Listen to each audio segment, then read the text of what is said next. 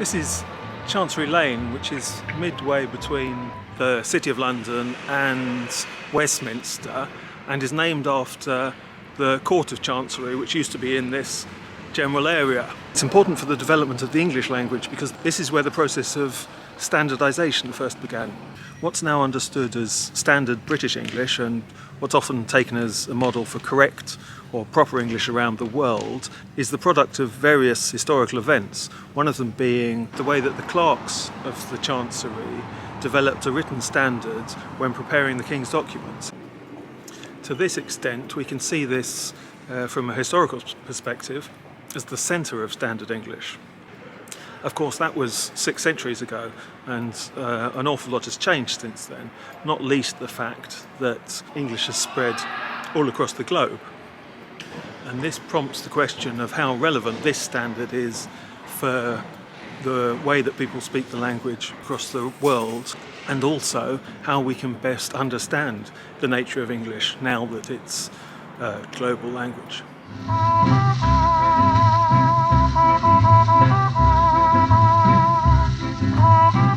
The 3 Circles of English is a model for understanding the different identities and forms that English takes around the world.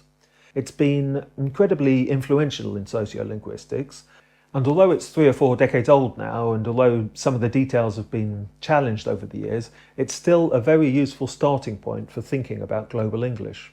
Before we look at the ideas that make up the model, it's worth first thinking a little bit about what question it was designed to answer. All scientific theories are put forward as a way of explaining some phenomenon that previously puzzled humankind, and so every theory is a response to some question or conundrum that's been circulating in society. The question that gave rise to the 3 Circles model is, how can we best understand and thus analyse the way that the English language is being used across the globe today? A common sense assumption is that English is a singular thing, that there's one original and correct form of English, and that although English is regularly spoken in countries all around the world, often it's being spoken in an incorrect or somehow corrupted way. This is what's sometimes referred to as broken English. The idea doesn't stand up to much scrutiny, however, and hasn't for several hundred years. Within a few decades of the American War of Independence, for example, Noah Webster was publishing his American Dictionary of the English Language, and was asserting that American English was a distinct variety in its own right. But even as English continued to spread and steadily throughout the 20th century became the preeminent global language, the idea of an authentic English, usually identified with the UK or the USA, continued to be popular. The 3 Circles model was devised by the sociolinguist Braj Kachru, and he outlined the idea in a number of lectures and book chapters back in the 1980s. The idea is very simple. He divides the English that's used around the world into 3 categories, each category based on the history of how English first spread to the various different places in which it's now spoken. So the first category, what he calls the inner circle, is countries which have English as a first language. That's to say countries where most citizens learn it as their mother tongue, where it's used as the official or de facto official language, and where it's likely to be viewed as a fundamental part of the nation's identity. And the reason it occupies all these roles is because when it spread to that country, it replaced the indigenous languages as part of the process of settler colonialism. So the inner circle includes not only British English, but also American English, Australian English, and so on. The second category, which Kachru calls the outer circle, is made up of countries which were colonised by the British, but where the colonialists didn't settle and thus didn't push out the native population. In these contexts, English is used as a second language alongside the native language or native languages.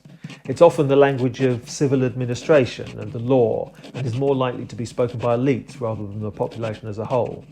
So the outer circle includes countries such as India, Nigeria, and so on. And finally, there's what Kachru calls the expanding circle. This incorporates countries which have no history of British colonialism and where English doesn't have the direct connection that was such a product of colonialism.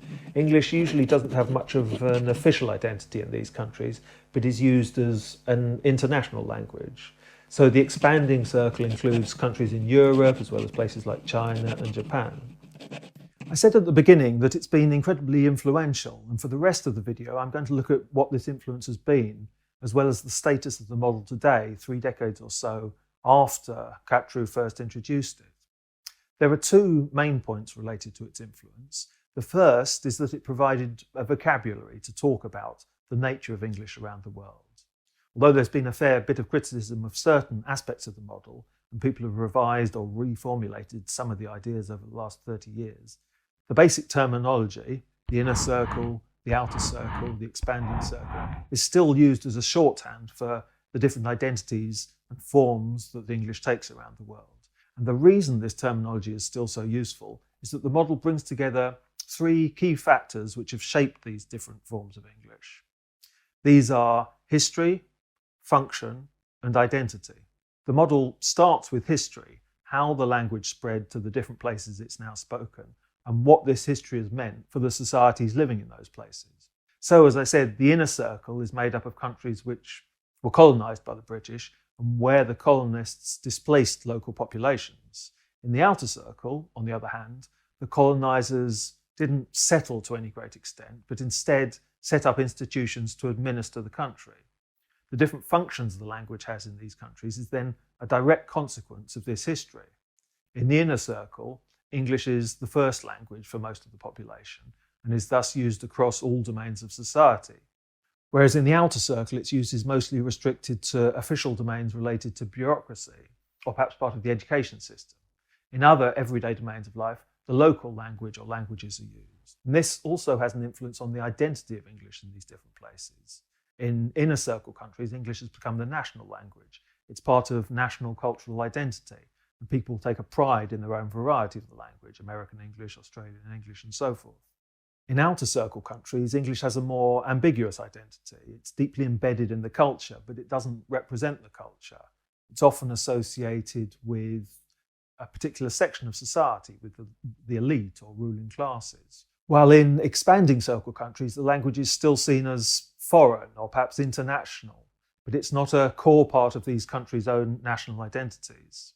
So, as I say, the model provides a very useful shorthand for referring to the different identities that English has around the world. But it also has another impact. It also promotes the idea that all these different varieties are legitimate in their own right. The differences between them are to do with history and to do with the role they play in the different cultures of the places where the language is used. It's not a matter of the English spoken in the outer circle, in, say, India, being a debased or broken form of proper English. Instead, it's that the English spoken there has developed in a different way from the English spoken, for example, in England. It has the imprint of the country's own history on it, and it has its own unique relationship to the local culture and to the identity of the culture. Kachru's 3 circles model has been instrumental in highlighting these issues, in encouraging research into different global varieties of English, and ultimately in legitimising the idea of these varieties. As I said, the model hasn't been without its critics, though. Like any model, it simplifies things. By reducing the entire global history of the language to just 3 categories, you're invariably going to overlook the sort of differences that exist between varieties that are grouped together in the same circle. And then there's the way that not every variety fits neatly into one circle rather than another. For instance, in some European countries, which would conventionally be described as expanding circle countries, English is pretty much a de facto second language, despite these countries having no history of British colonisation and the language having no official status there. Then there's the fact that the linguistic environment around the world is constantly changing. In many countries, English is used as a medium of instruction in universities, for example, and so it's beginning to get some sort of official foothold in society, even if in other respects that country would again be considered to be in the expanding circle. But if we treat it as a somewhat simplified model and we use it with qualifications, the ideas and terminology of Kachru's 3 circles, along with the general ethos behind it, can still be incredibly useful for understanding the diversity and variety of English in the world today.